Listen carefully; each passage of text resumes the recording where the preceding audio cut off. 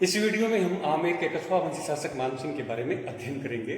हम कछवा वंशी शासकों के मुगलों के साथ सहयोग या संबंधों के बारे में ही चर्चा कर रहे हैं। उसमें हमने देख लिया है बारमल, उसके बाद में भगवंत दास और उसके बाद में मानसिंह। तो जैसा कि आपको विदित है कि जिस मैत्री संबंधों की शुरुआत भारमल ने अपनी पुत्री का अकबर के साथ विवाह करके की थी, वो धीरे धीरे और ज्यादा प्रगाढ़ हो रहे थे। अकबर का राजपूतों पर विश्वास बढ़ता जा रहा था। उसी क्रम में मानसिंह ने भी अपने पिता के साथ ही 1562 ईस्वी से ही मुगलों की सेवाओं में कार्य करना आरंभ कर दिया था। मानसिंह का जन्म हुआ था 1550 ईस्वी में। मानसिंह का जन्म कब हुआ? 1550 ईस्वी में। और इनके जन्म के ऊपर ज्योतिषी ने भविष्यवाणी की थी भारमल के समक्ष कि ये बड़ा वीर प्रतापी शासक सिद्ध होगा, और ज्योतिषीय आवश्यकताओं के कारण ही भारमल ने इनका प्रारंभिक लालन पालन अपने से दूर मौजमाबाद, जयपुर में ही मौजमाबाद कस्बे में करवाया था। यहीं पे इनका लालन पालन हुआ। और जब ये 12 वर्ष के हुए तब 1562 ईस्वी में, तब उसी दौरान भारमल ने अकबर की अधीनता स्वीकार कर ली थी, वैवाहिक संबंध स्थापित कर लिए थे। और 1562 ईस्वी में ही उन्होंने मानसिंह का परिचय करवाया था अकबर से रतनपुर नाम से। रतनपुर में परिचय के दौरान इन्होंने अपनी विचारों द्वारा अकबर को बड़ा प्रभावित किया था। यद्यपि ज्यादा ये रूपवान नहीं थे, लेकिन इनमें वीरता और उदारता के गुण बड़े ही कूट कूट कर भरे हुए थे। उसके बाद में हम देखते हैं कि 1562 ईस्वी से लेकर के 1614 ईस्वी तक का काल, यानी ये इतना लंबा 52 वर्ष तक का जो समय था, इन्होंने मुगल साम्राज्य की चहुं और प्रगति में लगा दिया। 52 वर्ष का काल, इतने लंबे समय तक शायद ही कोई राजपूत शासक मुगलों की सेवा में रहा हो। सबसे लंबा काल माना जा सकता है इनका मानसिंह का। तो उसके बाद में हम ये देखते हैं कि ये भगवंत दास के पुत्र थे। कुछ जो इतिहासकार हैं ये मानते हैं इनके पिता का नाम भगवान दास था, परंतु सर्व सामान्य मत ये है कि ये भगवंत दास के ही पुत्र थे जो भारमल के।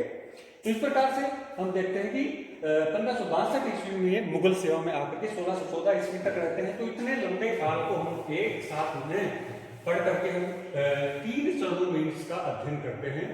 3 चरणों में। तो प्रथम चरण जो मुगल सेवाओं में मानसिंह का रहा है वो रहा है जी 1562 ईस्वी से 1589 ईस्वी, यानी जब तक भगवंत दास जी मृत्यु हुई थी 1589 में। तो 1562 से 1589 ईस्वी का प्रथम चरण।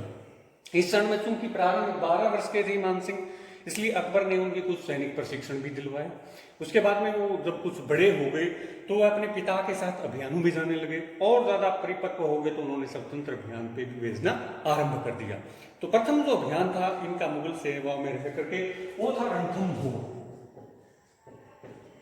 रणथंभोर के उसमें शासक थे सुरजनहाड़ा।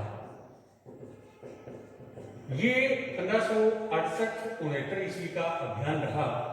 इस अभियान के दौरान क्या हुआ, मुगल सेना ने चारों ओर से रणथंभोर दुर्ग को घेर रखा था, उसके किलेबंदी को ध्वस्त कर दिया था। लेकिन फिर भी अकबर को लग रहा था इसमें टाइम लग सकता है रणथंभोर विजय में, क्योंकि सुरजनहाड़ा अधीनता स्वीकार करने के लिए तैयार नहीं थे।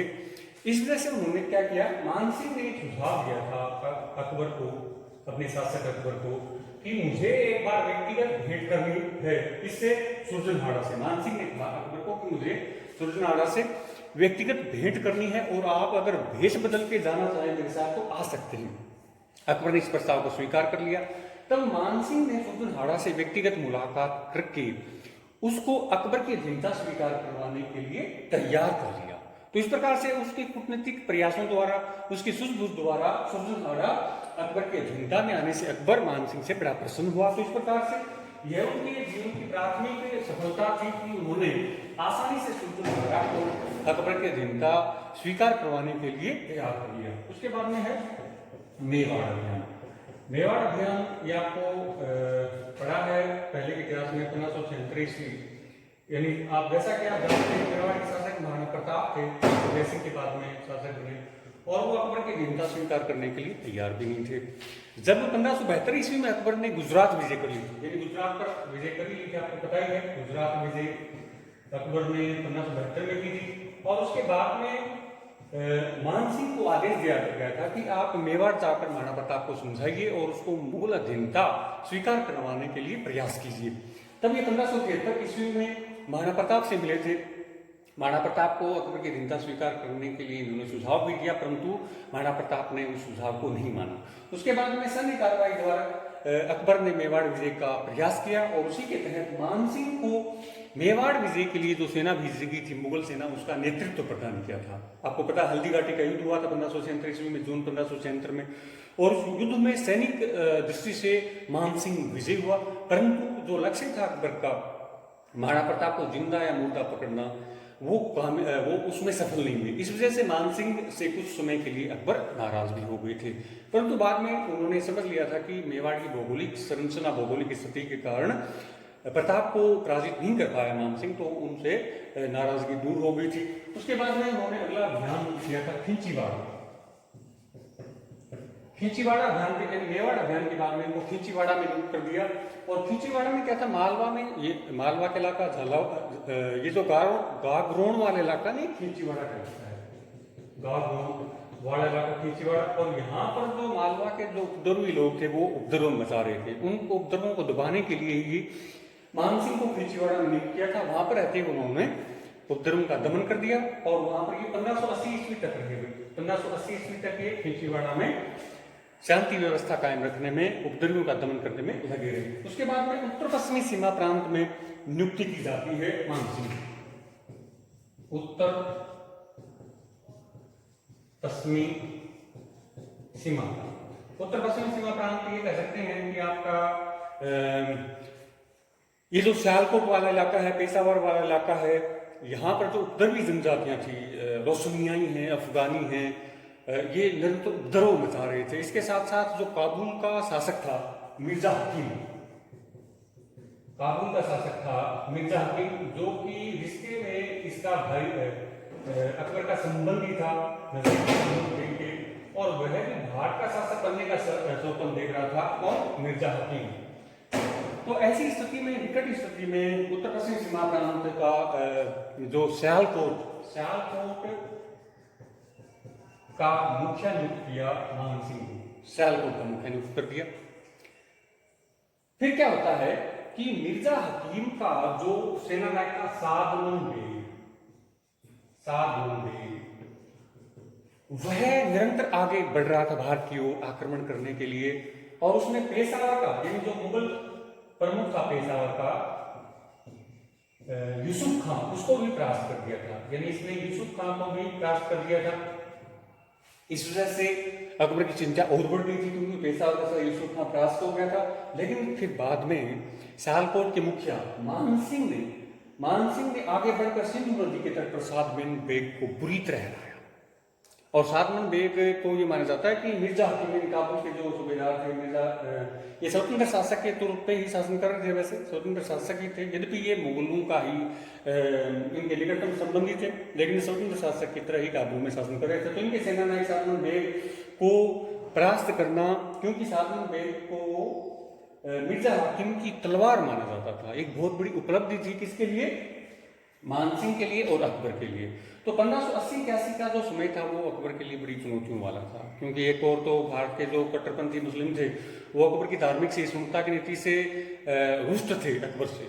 इसके साथ साथ बिहार और बंगाल में अफगानों द्वारा उपद्रव फैलाया जा रहा था, और काबुल में मिर्जा हकीम भारत के आक्रमण की योजना बना रहे थे। तो उस योजना को, मिर्जा हकीम के आक्रमण को ध्वस्त कर दिया किसके द्वारा, मान सिंह द्वारा, जब उसके सेनानायक सादमन बेग को उन्होंने काबुल नदी के किनारे युद्ध में परास्त कर दिया।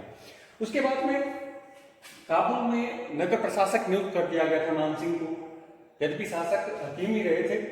और 1585 ईस्वी में हकीम की मृत्यु हो गई। 1585 ईस्वी में हकीम की मृत्यु होने के बाद में यहाँ का मुखिया बना दिया किसको, मान सिंह को। तो मान सिंह देखिए, एक तो कहीं राजस्थान के गर्म इलाके का व्यक्ति, और कहाँ अफगान की ठंडी जलवायु में किस प्रकार से, यानी विपरीत जलवायु परिस्थितियों में भी दुर्धर्ष जो बड़े ही हिम्मती अफगानी हैं उनके विरुद्ध लड़ रहे थे। 1585 ईस्वी में जब वो वहाँ के मुखिया बन गए, उसके बाद में जो अफगानों के विद्रोह हुए उनको भी उन्होंने बड़े बर्बरता से दमन कर दिया मान सिंह ने। तो उनकी कठोरतापूर्ण कार्रवाई से अकबर ने क्या किया, फिर बाद में उनको हटा लिया। कहाँ से, उत्तर पश्चिमी सीमा प्रांत से, या अफगानिस्तान वाले इलाके से, काबुल वाले इलाके से। उसके बाद में बिहार वाले इलाके में बिहार का सूबेदार बना के भेज दिया 1587 ईस्वी में। तो हम देखते हैं बिहार के सूबेदार के रूप में मान सिंह, बिहार के सूबेदार, ये 1587 ईस्वी में नियुक्त किया जाता है, 1587 ईस्वी में। अब आपने देखा भगवंत दास के समय में देखा था कि 1574 ईस्वी में अकबर ने बिहार वाले इलाके में से अफगानों को हरा दिया था, लेकिन फिर भी वो शांति व्यवस्था, वो कानून व्यवस्था कायम नहीं कर पाए थे, जगह जगह अफगान उपद्रव फैला रहे थे। तो उनके उपद्रवों का दमन करने के लिए फिर 1587 ईस्वी मान सिंह को नियुक्त किया अकबर ने। और अकबर मान सिंह ने क्या किया, पटना को अपना केंद्र बना करके, पटना को केंद्र बनाया और अफगानों का सफाया करना आरंभ कर दिया। परंतु इसी दौरान क्या होता है, 1589 ईस्वी में देहांत हो जाता है किनका, इनके पिता भगवंत दास का। भगवंत दास के देहांत हो जाने की वजह से बिहार से ये वापस आमेर की तरफ आते हैं, लेकिन इससे पहले ही पटना में ही इन्होंने अपना राज्याभिषेक करवाया। पटना में राज्याभिषेक करवाया जनवरी 1590 में, जनवरी 1590 ईस्वी में राज्याभिषेक करवाया। उसके बाद में आमेर आए, तब अकबर ने इनको 5000 का मनसबदार बनाया और राजा का खिताब दिया। तो इस प्रकार से यानी जो 5000 का खिताब बहरमल को मिला था, वो अब 5000 का मनसबदार इनको भी बनाया, राजा का खिताब प्रदान किया। तो बहुत बड़ी उपलब्धि मानी जाती है। इसके साथ साथ जब भगवंत दास की मृत्यु हुई तब अकबर ने अपने पुत्र सलीम को संवेदना प्रकट करने के लिए आमेर भेजा था। तो किसी मुगल शासक द्वारा किसी राजपूत के घर में भी इस प्रकार की क्षति के लिए संवेदना प्रकट करने के लिए जाना एक बहुत बड़ी बात मानी जाती है। तो साबित करती है कि राजपूत और मुगलों के, या यूं कह सकते हैं कि कछवाओं और मुगलों के संबंध कितने ज्यादा घनिष्ठ हो गए थे। उसके बाद में ये वापस 1590 ईस्वी में वापस आ गए, कहाँ पर, बिहार वाले इलाके में आ गए। और उसके बाद में उन्होंने एक एक करके अफगानों को ठिकाने लगाना, यानी उनके उपद्रवों का दमन करना आरंभ किया। अफगानों का दमन करने के बाद में उन्होंने जो हिंदू राजा थे, जैसे गिद्धौर का राजा था पूर्णमल, एक जगह है वहां पर गिद्धौर, वहां का राजा था पूर्णमल, इसको परास्त किया। इसको परास्त कर और इससे बहुत सारा जो धन संपदा उपहार मिले थे, उसमें से बहुत सारे उपहार अकबर के पास भी भेजे। इसके अलावा उन्होंने अपनी पुत्री का विवाह है मानसिंह के संबंधी, मानसिंह के परिवारजन चंद्रभान के साथ कर दिया।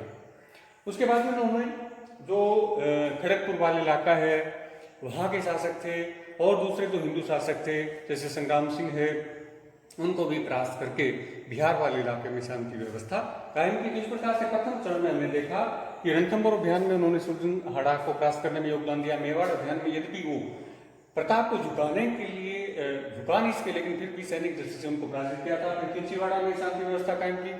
उत्तर पश्चिमी सीमाओं में उन्होंने अद्भुत साहस का परिचय देते हुए हकीम मिर्जा के सेनापति सादमन बेग को परास्त करके हकीम मिर्जा की योजनाओं को ध्वस्त किया। इसके साथ साथ जो यहाँ की लड़ाकू जनजातियां थी, रोशनियाई, अफगानी, उनको बुरी तरह परास्त किया। उसके बाद में बिहार में उन्होंने सूबेदार रहते हुए अफगानों के विद्रोह का दमन किया। यहाँ के हिंदू राजाओं को अकबर की अधीनता स्वीकार करने के लिए विवश किया। अब अगले वीडियो में देखेंगे हम, अगले वीडियो में मान सिंह किस प्रकार से आगे बढ़ते हैं मुगल साम्राज्य के लिए।